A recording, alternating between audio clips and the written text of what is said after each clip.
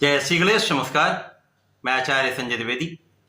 मेरे समस्त प्रबुद्ध दर्शकों का मेरे चैनल पर हार्दिक स्वागत है। आज मैं वृषभ राशि का अप्रैल माह का मासिक राशिफल लेकर आपके सम्मुख उपस्थित हूं।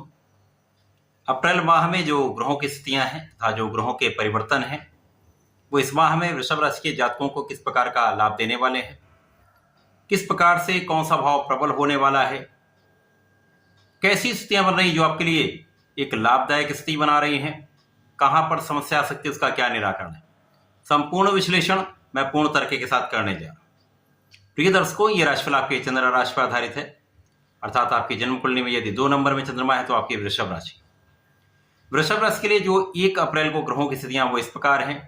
पंचम भाव में कन्या राशि में केतु होंगे, आपके अष्टम भाव में धनु राशि में चंद्रमा का गोचर प्रारंभिक समय में होगा, आपके दसम भाव में मंगल तथा शनिदेव का गोचर चल रहा होगा। एकादश भाव जो अत्यंत प्रबल स्थिति में है वहां पर राहु होंगे, सूर्य होंगे तथा वहां पर स्वयं लग्नेश शुक्राचार्य होंगे। द्वादश भाव जहां पर गुरु और बुध का युति प्रभाव चल रहा होगा। ये ग्रहों की स्थितियां हैं। इसके पश्चात इस माह में कई बड़े परिवर्तन होने वाले हैं, विशेष परिवर्तन होने वाले हैं जो वृषभ राशि के जातकों के लिए कुछ विशेष स्थितियां बना रहे हैं, जहां पर भाग्य, कर्म तथा लाभ अत्यंत विशिष्ट होने वाला है। क्योंकि यहां पर पहला परिवर्तन बुध का होने वाला है जो 2 अप्रैल को वक्रीय अवस्था में आएंगे तथा इनका गोचर मीन राशि की ओर आरंभ हो जाएगा। 9 अप्रैल को ये मीन राशि में प्रवेश कर जाएंगे, यहां पर पूरा माह रहेंगे, परंतु इसी माह में 25 अप्रैल को पुनः ये मार्गीय अवस्था में आएंगे। सूर्यदेव 13 अप्रैल को अपनी राशि का परिवर्तन करके एकादश भाव से द्वादश भाव में अपनी उच्च राशि में प्रवेश करेंगे। शुक्राचार्य स्वयं उच्च राशि में ही है। यहां पर 23 अप्रैल को मंगल का परिवर्तन जो आपके दसम भाव में गोचर कर रहे हैं एकादश भाव में हो जाएगा। शुक्राचार्य का गोचर 25 अप्रैल को आपके एकादश भाव से आपके द्वादश भाव में हो जाएगा। ये बड़ी महत्वपूर्ण स्थितियां बन रही। इस माह में कई बड़े परिवर्तन हो रहे हैं, कई राजयोगों का निर्माण हो रहा है, परंतु क्या इस माह में इन राजयोगों का लाभ आपको मिल पाएगा, ये अत्यंत महत्वपूर्ण स्थिति है। प्रारंभिक समय से यदि देखें तो लग्न अत्यंत प्रबल होगी, क्योंकि यहां पर लग्न के स्वामी शुक्राचार्य उच्च की राशि में होंगे। जब भी कोई ग्रह उच्च का होता है निश्चित रूप से का बल, उसका प्रभाव, उसकी क्षमता कई सौ गुना बढ़ जाती है। अब ये प्रारंभिक समय से कहां पर है, आपके लाभ भाव, इनकम के हाउस में, जहां पर त्रिग्रही योग है। राहु होंगे, सूर्य तथा स्वयं शुक्राचार्य का गोचर, त्रिग्रही संयोग आपके लाभ भाव में, आपके लाभ भाव को कई गुना बढ़ा रहा है। अब चूंकि यहां पर राहु है, राहु का एक नेगेटिव इफेक्ट होता है, सूर्य के साथ यहां पर ग्रह दोष भी होगा, शुक्राचार्य के कारण भी यहां पर शुक्राचार्य पर भी कहीं ना कहीं एक राहु का दूषित प्रभाव पड़ेगा, जो मन भटकाने वाला योग बन रहा है, भटकाव का योग बन रहा है। परंतु तीनों एकादश भाव में जो कुंडली का सर्वाधिक प्रभावशाली भाव होता है, जो नकारात्मक ग्रहों का भी एक अच्छा लाभ आपको देता है, तो इस समय में लाभ तो आपका कई गुना बढ़ जाएगा। ये इन केन प्रकार आपके लाभ में वृद्धि हो जाएगी। सरकारी तंत्र का भी सहयोग मिलेगा, परंतु जब राहु और सूर्य का ग्रहण दोष का पूर्ण प्रभाव मिलेगा, ये मुख्यतः 29 मार्च से लेकर 9 अप्रैल तक की स्थिति होगी। यहाँ पर सूर्य पूर्ण रूप से राहु के प्रभाव में होंगे। यहाँ पर सरकारी तंत्र का सहयोग नहीं मिलेगा। बाकी समय में संपूर्ण रूप से आपका कूटनीतिक भाव अत्यंत प्रबल रहेगा। यहाँ पर आपका किसी भी प्रकार से आप अपने लाभ को बढ़ाने वाले लग्नेश भी होंगे तो लाभ कई गुना बढ़ जाएगा, क्षमता में कई गुना वृद्धि हो जाएगी। शासन प्रशासन से आप किसी भी तरह से अपना काम निकलवा सकते हैं। यदि आप शासन प्रशासन में ही हैं, सरकारी सेवाओं में हैं, तो यहाँ पर आपको काम निकालना आता है। आप किस प्रकार से अपना काम बनवा सकते हैं, या आप अपना सुचारू रूप से कार्य कैसे संपादित कर सकते हैं, ये आप इस समय में कर सकते हैं। सूर्य शुक्र का प्रभाव यहाँ पर देखिए, सूर्यदेव जो यहाँ पर आपके सुख के स्वामी हैं, शुक्राचार्य जो आपके लग्न तथा षष्ठम के स्वामी होकर लाभ में। तो जो लोग नए कार्य में जाना चाहते हैं, नई नौकरी की इच्छा है, तो वहां पर उनके लिए अपॉर्चुनिटीज आ सकती हैं, अवसर की प्राप्ति हो सकती है। परंतु जो बीच का कुछ समय होगा जहां पर ग्रहण दोष भी बनेगा, शुक्राचार्य भी दूषित होंगे, तो समस्याएं भी आएंगी। यहाँ पर आपकी आलोचना भी होगी, किसी स्त्री वर्ग के कारण आपके लिए एक अपमान का योग भी बनता है। तो यहाँ पर आपको बहुत सजग रहना हो। सरकारी तंत्र से आक्षेप लग सकता है, सरकारी सेवाओं में तो आपको बहुत सजग रहना होगा। पूर्ण रूप से यहाँ पर न्याय संगत आपको कार्य करना होगा, क्योंकि आपके कार्यक्षेत्र के स्वामी भी न्यायाधीश हैं, शनिदेव हैं। तो आपको कार्यक्षेत्र में तभी लाभ मिलेगा जब आप न्याय संगत होंगे, निष्ठा से अपने कार्यों को करेंगे, किसी भी प्रकार की कोई बेईमानी यहाँ पर नहीं चले। तो जो लोग किसी ऐसे कार्य में है जहां पर इस प्रकार का होता, तो बहुत दूरी बना लीजिए, ऐसे मित्रों से दूरी बना लीजिए, ऐसे लोगों से दूरी बना लीजिए, ऐसे सहकर्मियों से अथवा उच्चाधिकारियों से भी दूरी बना लीजिए, अवॉइड करिए इन स्थितियों को। तो ये आपके लिए लाभकारी सिद्ध हो सकता है। अब कार्य क्षेत्र और भाग्य दोनों अत्यंत विस्तृत है। भाग्य का संपूर्ण साथ इस माह में आपको मिलेगा, क्योंकि यहाँ पर शनिदेव उदय हो चुके हैं, प्रबल रूप से महाबलशाली। तो महाबलशाली शनिदेव आपको भाग्य में संपूर्ण लाभ देंगे, कार्यक्षेत्र को विस्तृत कर देंगे, कार्यक्षेत्र में आपका लाभ कई गुना बढ़ जाएगा, लोगों का संपूर्ण सहयोग मिलेगा। व्यापारी हैं तो व्यापार में आपके लोगों का संपूर्ण आपको सहयोग मिलेगा। जहां पर आपका धन अवरुद्ध था, धन की वापसी भी संभव है। तथा जो लोग राजनीति में हैं, तो जब तक ग्रहण का प्रभाव है तब तक आप विशेष रूप से ध्यान रखें। बाकी समय में, इस समय राजनीति में तो आप चमकने वाले। तो जहां पर यश होता है वहां पर अपयश भी होता है। केवल आपको वाद विवाद अथवा किसी के अपमान करने से बचना होगा। सबका सम्मान करिए, आदर दीजिए, किसी प्रकार से कोई भी कार्य ऐसा मत करिए जहां पर आपके ऊपर कोई दोष लगा सके। इन दोषों से बचना सबसे महत्वपूर्ण। तो ये समय आपको बहुत ऊंचाई पर ले जाने वाला है, अच्छे पद की प्राप्ति कराने वाला है। अब यहां पर निश्चित रूप से शनिदेव का प्रभाव आपके अकारण व्यय को रोकने वाला है। बिना कारण व्यय आपके रुक जाएंगे। मंगल का प्रभाव आपके धन को बढ़ाने वाला होगा, आपके ऊर्जा के स्तर को बढ़ाने वाला होगा, आप बहुत ऊर्जावान रहने वाले हैं। इसी प्रकार से आपके ज्ञान का भाव अत्यंत प्रबल रहेगा, शिक्षा ज्ञान से विशेष लाभ लेंगे, संतान का भी आपको सुख प्राप्त होगा, प्रेम संबंध भी अच्छे रहने वाले हैं। इसी प्रकार से यहाँ पर यदि अवलोकन करें तो जीवन साथी का भाव, यहाँ पर मंगल की राशि, वहां पर शनिदेव का प्रभाव है, परंतु वर्तमान समय में दोनों का सहयोग चल रहा है। तो जीवन साथी के साथ भी सामंजस्य बना रहेगा, पार्टनरशिप में एक अच्छा लाभ लेंगे। परंतु यहाँ पर भी आपको पार्टनर्स के साथ भी बहुत सोच विचार कर आगे चलना है, किसी पर आंख बंद करके विश्वास नहीं करना। अब जब बुध जो गुरु के साथ गोचर कर रहे हैं, तो दोनों का सहयोग आपको बुद्धि के बल से श्रेष्ठ कर रहा है। पंचम के स्वामी है, ज्ञान के स्वामी, वो भी द्वादश में है।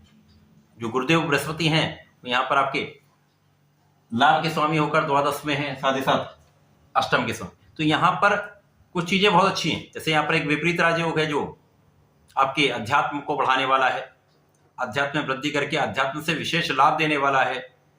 जो लोग ऐसी अवस्था में है कि अध्यात्म में जाना चाहते हैं, उनके लिए विशेष समय, क्योंकि उनका ज्ञान अत्यंत प्रबल हो रहा है। जो कर्मकांड में है, जो कर्मकांड से संबंधित मंत्र तंत्र और अध्यात्म से संबंधित कार्यों में है, उनके लिए विशेष समय है। आध्यात्मिक गुण अत्यंत प्रबल होगा, पूजा पाठ में मन भी लगेगा, आपकी यात्राएं भी आपको लाभ देने वाली होंगी।